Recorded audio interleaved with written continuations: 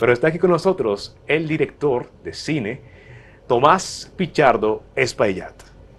Mucho gusto, gracias por invitarme. Gracias a ti por venir. Y antes de comenzar y entrar en materia de lleno, 3 cosas que la gente, que el público debe saber sobre ti o sobre tu arte antes de comenzar, antes de conocerte, para yo saber más o menos una idea de quién tú eres. Bueno, cosa en general, no solo trabajo en cine, sino también vengo de un trasfondo de Bellas Artes. Bien. Entonces, eso viene de siempre, de pequeño. ¿Bellas Artes de artes plásticas o Artes eras bailarín? Artes plásticas Okay, en general. O sea, mi papá es ingeniero, mi mamá es arquitecta, entonces mucho de eso viene de yo pequeño dibujando y todo eso. Entonces, de pequeño siempre quería contar historias de cine y eso, y cine y Bellas Artes se fueron mezclando y fundiendo y se convirtió para mí en lo que es animación. ¿Cómo tú te formaste? O sea, eso es cuando tú eras pequeño, que comenzabas a inventar, a ver qué sale, pero tu formación formal como artista, ¿cómo fue? Formación en sí sería igual desde pequeño, porque yo estoy animando desde los 15 años y todo eso. Yo diría, empezando mucho antes, yo tenía en la casa, como todo niño, juguetes y todo eso, pero yo lo empezaba a romper, era una forma de entender cómo eran hechos y todo eso. Y mis padres se cansaron de comprarme juguetes, y dijeron, no te vamos a comprar más juguetes. Y lo que hicieron fue comprarme rollos de papel y eso, y quedarte ahí dibujando. Entonces, llenaba esos papeles de dibujo, llenaba eso, y ahí fue cuando empecé a desarrollar historia, empecé a contar mundos y todo eso. Igual yo veía muñequitos en la televisión, pero nunca lo veía como yo quiero hacer eso ni nada. Simplemente eso existía. Y fue cuando vi Beetlejuice por primera vez, la película de Tim Burton, que empecé a entender, alguien construyó esto. O sea, esto es personas que construyeron el cine, que construyeron eso. Y empezó a entender en mí, empezó a abrir ese detalle en mí de yo quiero hacer eso, yo quiero crear películas, o sea, puede ser cualquier cosa, pero quiero crear. En ese momento no tenía cámara, yo era muy callado, no tenía muchos amigos, entonces no podía tener eso de actores y eso. Sí, y mi solución era o dibujarlo o empezar a animarlo con la intención de eventualmente convertirlo en películas de live action, películas filmadas y eso. Luego entré a Chabón, fui a estudiar Chabón con la intención de eventualmente, después de ahí, irme a una carrera de cine. Terminé Chabón y me gané la beca para ir a Nueva York, para estudiar en Parsons. Duré varios años allá y luego me gané una beca para estudiar en Italia, como en video y elementos así. Y me quedé 2 años en Italia y después regresé al país a dar clases. Pero en ese tiempo en que yo estaba de sitio en sitio, siempre era, voy a hacer cine de live action, o sea, cine filmado. Pero la meta nunca fue animación, sí, era como que no, esto es por ahora. Exacto, pero aún estaba pasando eso de un lado, por el otro lado, todo lo que yo estaba haciendo era animación, o sea, todo era animado y todo eso, y fue como gradualmente cayendo en cuenta que, yo soy animador, esto es lo que yo hago, y entonces empecé a amarlo de esa forma y empecé a entenderlo, porque había momentos, quizá yo quiero filmar esto, pero no tengo la cámara para hacer este movimiento, no tengo el equipo para hacer esto, pero lo puedo animar, lo puedo dibujar, puedo animar esos movimientos de cámara. Entonces, poco a poco, esas cosas que quizá estaba filmando, grabando, lo fui reemplazando por más y más animación y los proyectos terminaron convirtiéndose por completo en animación. Increíble. Así que, como no quiere la cosa, tú fuiste buscando una ruta para llegar al cine de acción real. Sí. Pero en ese desvío encontraste un camino mucho mejor, uno que se adaptaba más a lo que tú eres capaz de hacer. Exacto. Pero mira qué cosa, siempre que invito a una persona que es cineasta, viene con una historia parecida, de que no, yo quería ser actor, pero al final resulta ser productora o directora. O vienen y dicen, no, yo quería ser productor, pero al final un día me faltaba un actor y me metieron delante de la cámara y salí actor. Exacto. Suele pasar así, uno busca algo, pero de repente encuentra un camino diferente, que es mejor que el que uno pensaba, que uno tenía planificado. Pero en esa parte, ese proceso de tú crear tu identidad visual como animador, ¿qué referencias, qué tú veías, qué te inspiraba? De que, wow, me gusta cómo se ven Dragon Ball Z, me gusta cómo se ve, déjame ver, cómo se ve en los Picapiedra, me gusta ese diseño, como que se ve más, tiene más personalidad. Como un detalle antes de eso, de la parte anterior, era también que en esa época no había como carrera per se de animación ni nada de eso. No. Y eso de crear el propio camino viene de siempre, de construir a dónde yo quiero llegar o qué yo quiero hacer. Entonces, al igual que estaba estudiando en universidades que no eran necesariamente de animación, también proyectos que aceptaba, o proyectos ya sea por encargo o propio, era quiero aprender una técnica específica, quiero aprender a hacer esto de forma específica. En cuanto a referencias visuales, por el hecho de que viene de Beetlejuice, viene mucho el material rústico, como estas animaciones que son más rústicas. Estaba en esa época de MTV que tenía todas estas imágenes y todo ese mundo, entonces absorbí mucho de eso. Había una época que era el uso ahora es parte de Adobe y ahora tiene el nombre de Animate, pero en esa época era Macromedia Flash, que era esa aplicación que era de cierta forma web que le permitía a cualquier persona trabajar y animar y no tenían que estar asociado a una productora o asociado a nada, simplemente creaban contenido y lo presentaban. Entonces, con ese mundo de venir de hacer mis propias cosas, de hacer por mi cuenta, yo saqué mucho de ahí, saqué mucho de crear por mi cuenta. Esa época, más o menos ubíqueme en el contexto. Tu generación vendría siendo la que creció en el año 2000, 2010, 2000 por ahí. Sí, o sea, yo me gradué del colegio tipo 2005. Okay. Entonces, esos años de principio del 2000 y todo ese momento era empezando a descubrir muchos detalles del internet, empezando a recibir todas estas imágenes visuales, todo este trabajo que eran digitales, pero eran rústicos, que no tenían censura, no tenían control de nada. Entonces, no necesariamente mi trabajo era así, pero yo absorbía mucho de eso. Claro, no, es importante decirlo porque ya después del 2010 que la gente descubrió las tablets y que hay gente que dibuja con iPad o con tabletas especiales para animación, ya como que eso cambió un poco la forma en la que se hace animación digital, que ese es un tema. Las técnicas de animación son variadas, muy variadas. Las que más se conocen ahora mismo a nivel cinematográfico, la más popular y más usada por los estudios de Hollywood es la que es en 3D, animación 3D. Las que tú sueles usar, ¿cuáles son? Las que te gustan más a ti.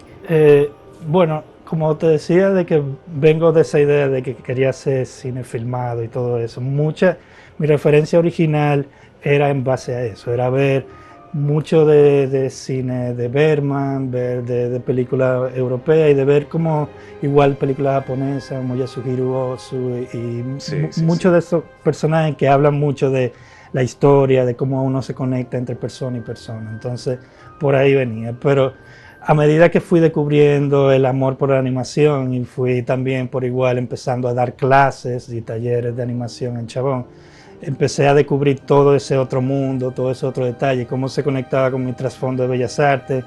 Empecé a descubrir historia de animación de países. Igual cuando aplicaba a un proyecto, a un festival, iba a ese país, trataba de estudiar cómo era la animación en ese sitio. Entonces empezó a nutrirse de muchos lados y se ve en mi trabajo y más en mi trabajo reciente, que yo empiezo a mezclar de muchos sitios y me gusta eso porque puedo expresar sentimientos diferentes con técnicas diferentes. Entonces, a veces yo trabajo con stop motion, pero a eso yo le mezclo encima cutout, que también se le llama papel recortado. A veces dibujo a mano, pero también le agrego elementos digitales encima y eso luego le imprimo y le pinto. Entonces, es como eso de ya verlo como un proceso artesanal, de eso de traerlo a la parte rústica que me gusta, de no simplemente esta imagen bonita, esta imagen digital, sino de tratar el material, de esculpirlo, de transformarlo. Entonces, la técnica siempre queda abierta, siempre queda exploración de múltiples técnicas, muchos elementos, simplemente que yo siento que está contando la historia, la mejor forma de contar esa historia en el momento, o que yo siento que está expresando un sentimiento específico que quizás sentía en cine que no necesariamente era de animación, en la forma de los rostros de los personajes, de cómo se contaba la historia, pero cómo traducir eso a animación. Excelente. Quiero preguntarte más cosas de la animación, pero tiene que ser después de la pausa. Así que quédese con nosotros en A1.8, hablamos de cine.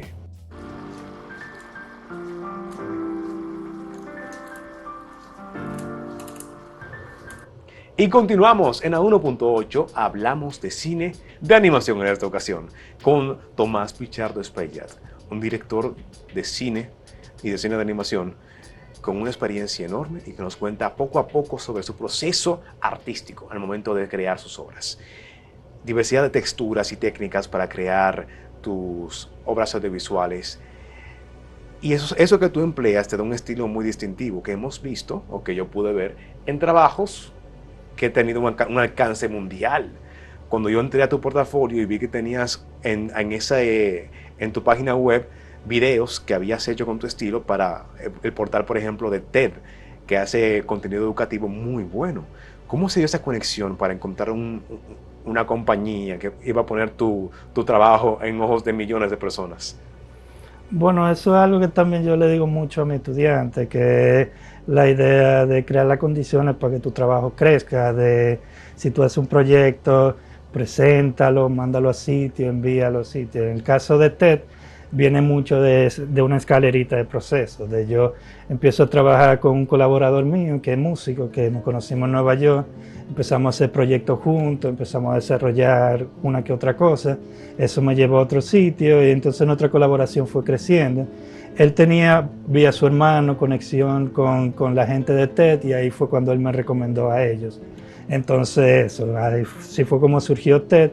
Varios videos de mi TED me llevaron de TED me llevaron a otros sitios y a otros eventos como School of Life o como para hacer videos de música a otra persona. Entonces yo siento que eso, que tú presentas tu trabajo y algunas personas reaccionan positivo, otros no, pero es la idea de tú enseñar, de tú mostrar, de tú llevarlo, de tú crear y de tú buscarte ese camino de llevar, de eso, de mostrarlo. No, claro, si la gente no lo ve, no lo conoce, es como si no existiera. Sí. Y también no tendrás una oportunidad que pudo haber estado para ti en ese momento. Quizás lo que tú tenías o lo que tú haces es lo que estaban buscando, pero como no lo vieron, fueron con la segunda mejor opción. Exacto. Sí, yo siempre veo como esto del tipo de trabajo que hacemos es muy subjetivo. O sea, hay gente que puede gustarle o no. Yo no tengo control de eso, pero yo sí puedo esa idea de presentarlo, como eso de... Hay algo que yo siempre hago, todos los días yo mando a un festival diferente, todos los días yo me levanto, tengo una lista larguísima de más de 300 y pico y mando cada día uno y uno. ¡Qué rutina! Y por mucho siempre recibo respuesta de no, yo tengo mi correo de we regret to inform you, de no, pero de repente aparece uno que me dice que sí y me da una oportunidad de viajar por un año a Italia, hay otro que me dice que sí, me da la oportunidad de participar en un taller en Alemania de desarrollo personal. Entonces, eso que sí valen la pena, todo eso otro que dicen que no, y te pueden cambiar la vida y te pueden hacer que tu proyecto crezca. Entonces, esa idea de sacar, de llevar, de hacer ese esfuerzo extra de que tu proyecto salga y tu proyecto crezca. Bien, bien. En ese mismo término de crecer artísticamente, tengo una pregunta. Porque estamos muy bien ahora, que sí, lo logramos, tenemos un gran portafolio, tenemos trayectoria, tenemos conexión. Pero ¿cómo fue ese primer corto animado? Esa primera vez que tuviste que, ok, esto que yo tengo tiempo haciéndolo desde mi niñez, me toca ahora tomarlo en serio y darle forma y presentárselo a un profesor para que lo evalúe.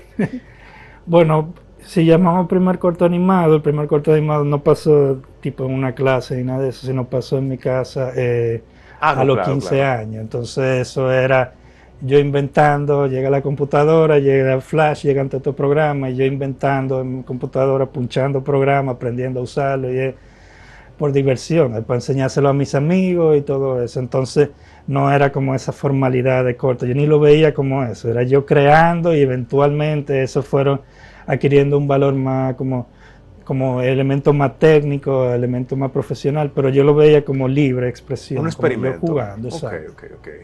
Pero cuando te tocó así ya, que tú dijiste que vamos a estudiar, vamos a hacerlo bien, cuando te tocó, cada persona tiene una experiencia diferente. Cuando te tocó formalmente, no, mira, hay que tener estructura, los 3 actos, inicio, desarrollo, Aristóteles.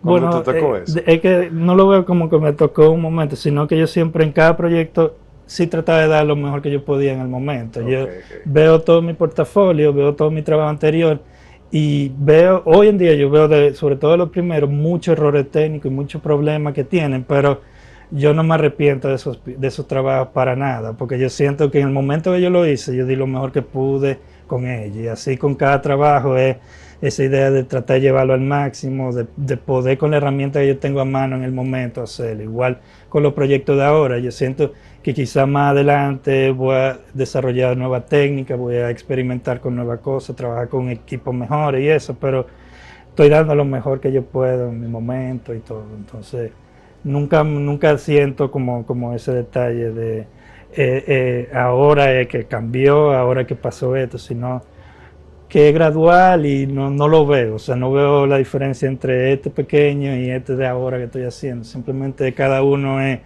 transformándose y va agregándole detalle al siguiente y al siguiente. Sí, sí, sí. Uno aprende de cada uno y va creciendo junto con Exacto. ellos. Sí, es algo muy, muy hermoso, el proceso creativo, de ver cómo uno va madurando poco a poco con el tiempo.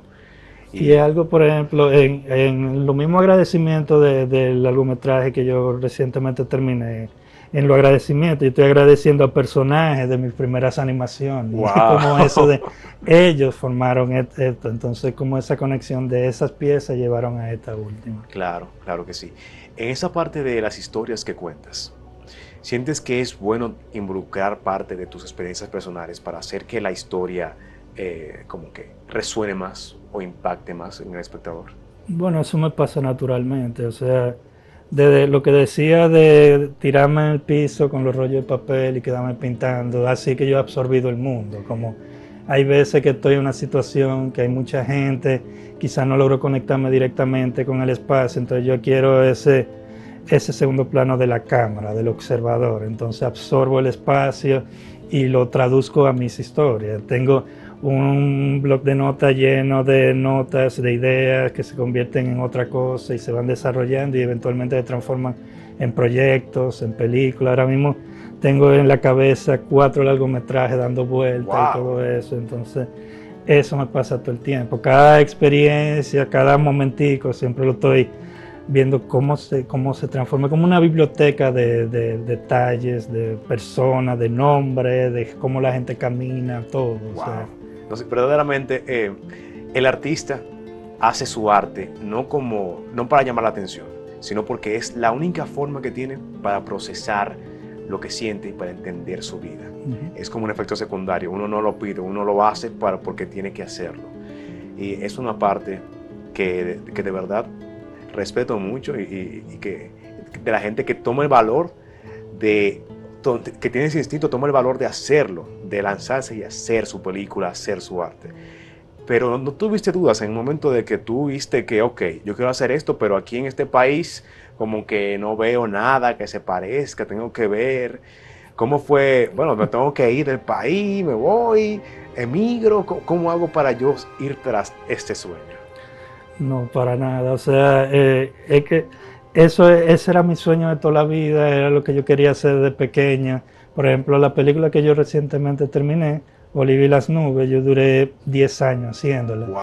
Y para mí que durara 10 años es irrelevante. O sea, podía durar 20 años y yo iba a seguir trabajando en ella, yo nunca me iba a cansar porque eso era mi sueño de vida. Todo lo otro era secundario, todo eso. Entonces, eso siempre ha sido como mi objetivo. Entonces, si aquí no había la oportunidad en un momento, que ahora sí la hay, ahora sí hay recursos y elementos, instituciones y programas, igual yo seguía trabajando por mi cuenta, seguía aprendiendo por mi cuenta, seguía absorbiendo, como eso de aprender por mí mismo y eso. Entonces, eso, con el objetivo de siempre de crear eso, de cumplir ese sueño, de lograrlo. Entonces, siempre buscaba la forma de llegar hasta ahí.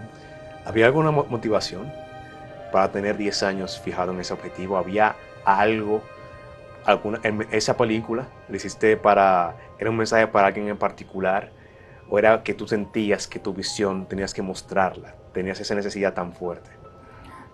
No en la película en específico, sino la idea de animar, la idea de contar historias y todo eso. Entonces, yo siempre me visualizo a mí mismo haciendo cine, haciendo películas desde pequeño, y yo quiero hacer eso, yo quiero estar del otro lado de Beetlejuice, o sea, del otro lado de eso, de las personas que construyen las películas. Entonces, esa siempre fue mi motivación. Quiero convertirme en esa persona. Y lo lograste ya. Sí. Excelente. Y para los jóvenes que ahora están estudiando, que quieren también aprender animación aquí en República Dominicana? ¿Qué puedes decirles para prepararlos o algún consejo para que tengan en cuenta al momento de comenzar en este camino? Bueno, de consejo era mucho lo que estaba hablando hace un rato, de Mandarlo a todo el mundo. mandar a los sitios. O sea, hay programas, hay referencias, hay cosas que uno lee, hay cosas que, o sea, hay de todo tipo de detalles donde tú puedes referenciar, donde tú puedes aprender, donde tú puedes Pero si yo no sé inspirarte. dibujar y yo quiero animar, Sí, pero ¿cómo yo hago? es la idea de crear, es la idea de buscársela, o sea, la idea de crear las condiciones para que tu trabajo crezca. Si lo que yo sé dibujar, yo dibujo y cuento. Entonces yo me conecto a otra persona, se lo enseño y así que se va armando, de que te conectas con otra persona que dibuja igual y se crea un enlace, se crea una dupla y empiezan a hacer proyectos. Entonces esa idea de... Porque yo he visto mucho, yo doy clase, entonces he visto mucho que hay gente que tiene mucho talento y lo guardan y lo cierran y se pierde con el tiempo y me quedo, ven acá, ¿qué pasó con tal persona que le di clase hace 2 o 3 años? Y eso mismo, como entienden que quizás no están en el punto que quisieran estar, pero se lo guardan así, de que no llegué a este punto, no lo logré y eso, entonces se van perdiendo y desapareciendo con el tiempo, pero yo siento que eso de presentarlo, que tú no estés ahí, eso le va a llegar a alguien y te va a llevar a un programa que quizás te diga, mira, esto te puede ayudar, esto. Entonces, esa intención de seguir buscando, de seguir conectando, de seguir hablando con gente, yo quiero aprender esta técnica, esto es lo que yo quiero aprender. Entonces, buscar internet o hacer proyectos, hablar con tu amigo, mira, tú vas a hacer música, yo quiero hacerte un video, yo quiero probar esta técnica en tu música. Entonces, eso, yo lo veo de esa forma. Tal vez. Claro que sí. El resumen es seguir para adelante. Básicamente a toda costa, sin importar el precio o lo difícil que se ponga, seguir adelante para poder lograr ese sueño. Es fantástico. Ahora, a nivel de películas de animación, un experto como usted, como tú, ¿qué películas recientes o tus favoritas de todos los tiempos puedes recomendarme a mí y al público para ver, para seguir apreciando más este arte de la animación? Películas en general, o sea, de animación, te voy a decir referencias muy diferentes una de la otra, porque eso también yo lo hago en mi clase, que enseño un ejemplo y enseño un ejemplo totalmente contrario y opuesto a eso, como para que entiendan lo muy abierto que es animación. Okay. Un ejemplo es la película de Nina Paley que se llama Sita Sings the Blues, Sita canta el blues, y es una película que usa elementos de animación 2D digital, pero hace collage y hace juegos de técnicas diferentes totalmente. Entonces, eso también fue una referencia en mi película, de los cambios drásticos de técnica y todo. Pero una particularidad que tiene ese proyecto es que ella sola animó esa película por completo durante 5 años. Wow. Era pisada, trabajando y probando técnicas nuevas y todo eso. Otra película muy diferente a esa se llama La Casa Lobo, que es una película chilena. Sí, reciente. Tuvo nominada al Oscar. Sí, una película increíble chilena que trabaja con stop motion y coge los sets y los espacios y es espacio tamaño persona y empiezan a pintar y empiezan a transformar el espacio. Y la forma en que la producieron fue yendo de residencia artística en residencia artística y usando el espacio de galería para filmar la película, para fotografiar cada fotograma y todo eso. Después se iban a otra residencia, a otro país y fotografiaban eso. Entonces, 2 películas muy diferentes una de las otras, pero tienen esa riqueza de qué puede llegar a ser la animación, de qué tan rico es el mundo visual en animación. Perfecto. Brevemente, antes de irnos, que tenemos muy poco tiempo, se estrenó una película dominicana animada que se llama Capitán Avispa, que fue un exitazo en taquilla. ¿Crees que esto abrirá la puerta a más películas dominicanas de animación en el futuro, aparte de la tuya? Claro que sí, o sea, en los últimos años, el trabajo que está haciendo la DGCine, el trabajo que está haciendo Mariana Vargas y su equipo, ha expandido enormemente la animación dominicana. O sea, ya sea proyectos como Capitán Avispa, ya sea proyectos como Olivia y la Nube, que es mi proyecto, y otro proyecto que están ahora mismo en producción, se debe gracias al trabajo que está haciendo la DGCine en los últimos años, y un apoyo enorme. Yo he ido a a programas y mercados, y desde que yo menciono que yo vengo de República Dominicana, nos felicitan por el trabajo de la DGCine, hablan directamente de Mariana, lo que Mariana está haciendo con ustedes, el programa que está creando, animación, es increíble. Entonces yo siento que eso va a expandir muchísimo la animación dominicana y va a crear nuevos directores de animación, va a crear nuevas propuestas visuales de animación. Perfecto. Tomás, gracias por venir para acá y compartir con nosotros un poco sobre tu arte. A ti por venir. Y señores, eso es todo por hoy. Aquí, en A1.8, hablamos de cine.